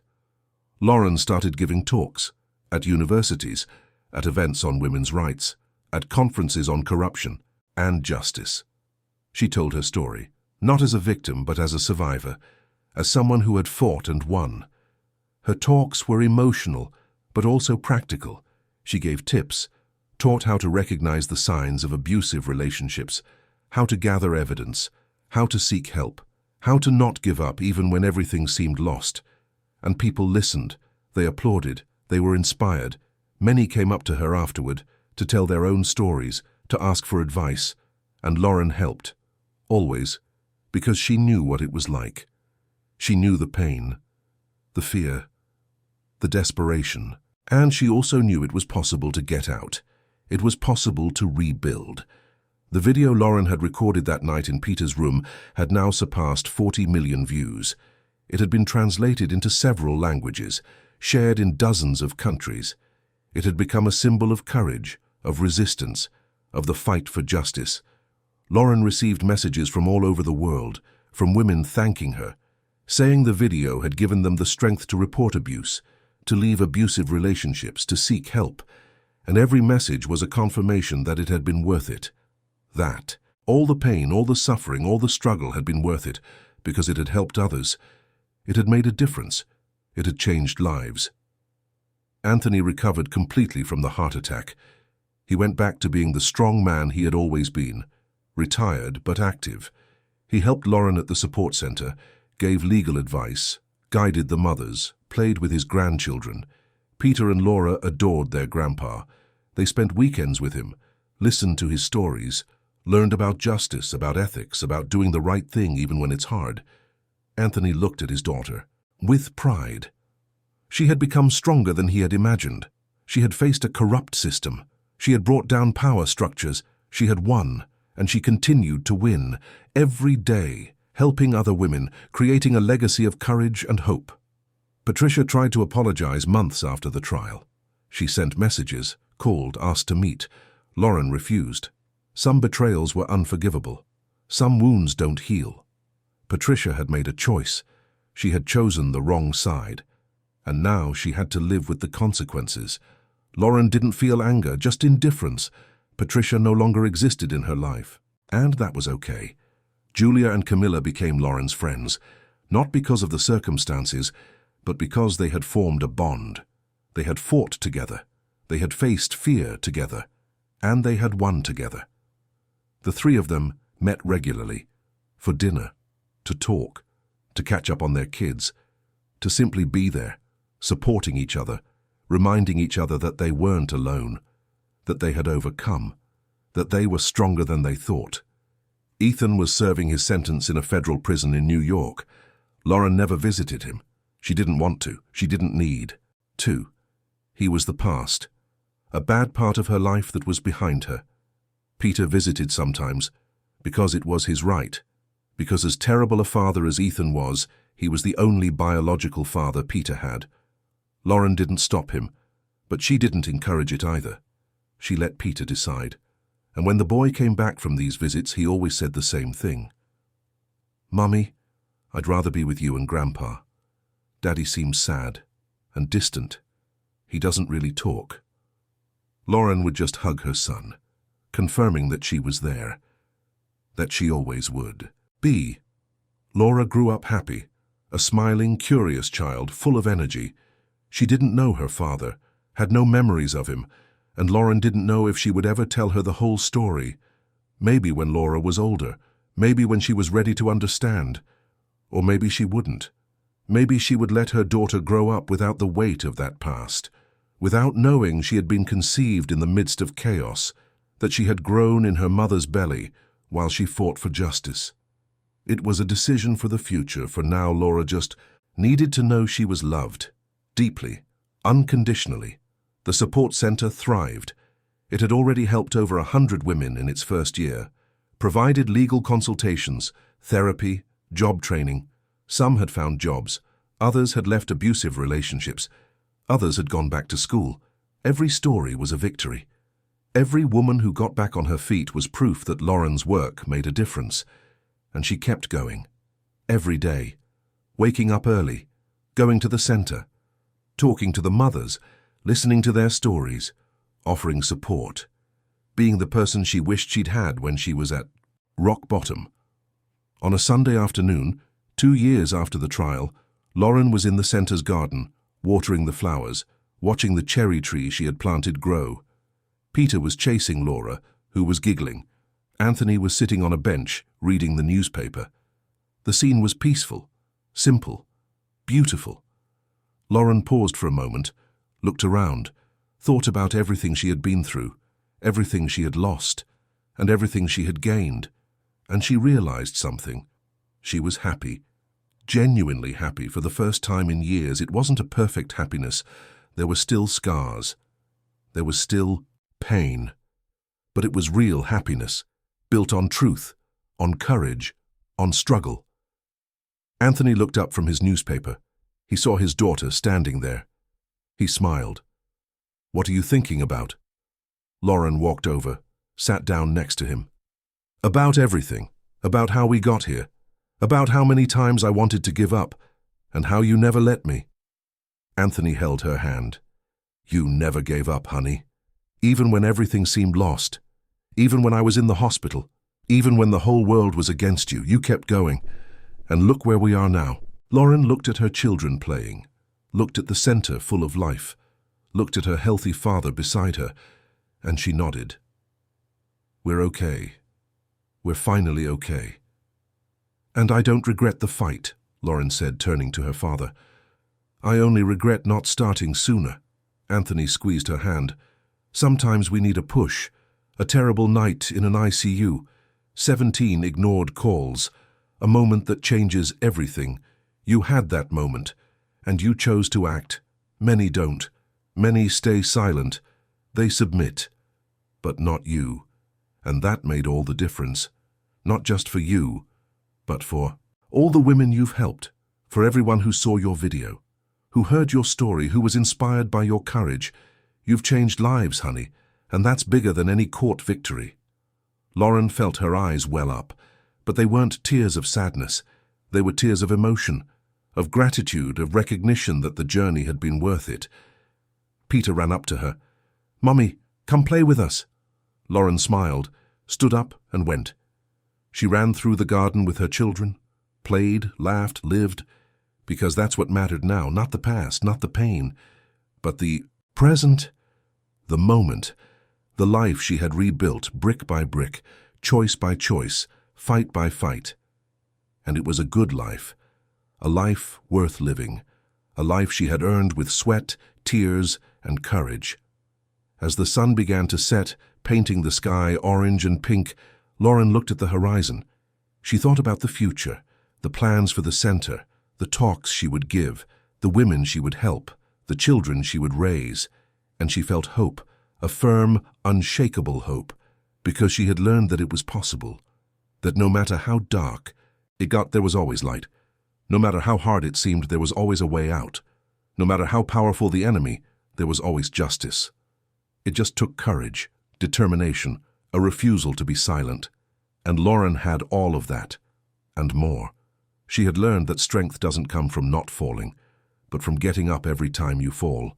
And she had gotten up, so many times, and she would keep getting up, as many times as it took.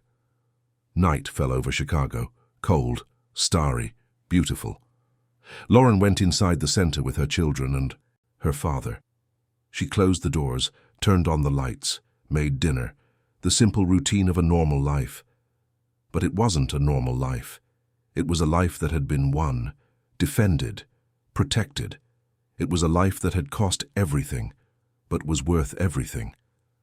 And as she set the table, as she listened to Peter talk about his day at school, as she rocked Laura in her arms, Lauren knew. She knew she had made the right choice. She knew the fight had been worth it. And she knew, with absolute certainty, that she would never again let anyone take from her what she had earned, her voice, her dignity, her truth, her life. Dear listeners, we hope Lauren's story has touched your hearts. If you were moved by the courage of this mother who faced a corrupt system, who refused to be silent in the face of injustice, who fought for her children even when all seemed lost, please leave a like, subscribe to our channel, and tell us in the comments what part of this journey resonated with you the most. Every day, we bring you intense and true stories like this one, stories that reveal the deepest side of the human soul, that show that courage can conquer fear, that truth can overcome lies, and that justice, even when it's slow, is possible. We'll see you in the next episode with another story that will stir your emotions and make you reflect on the strength that exists within each of us.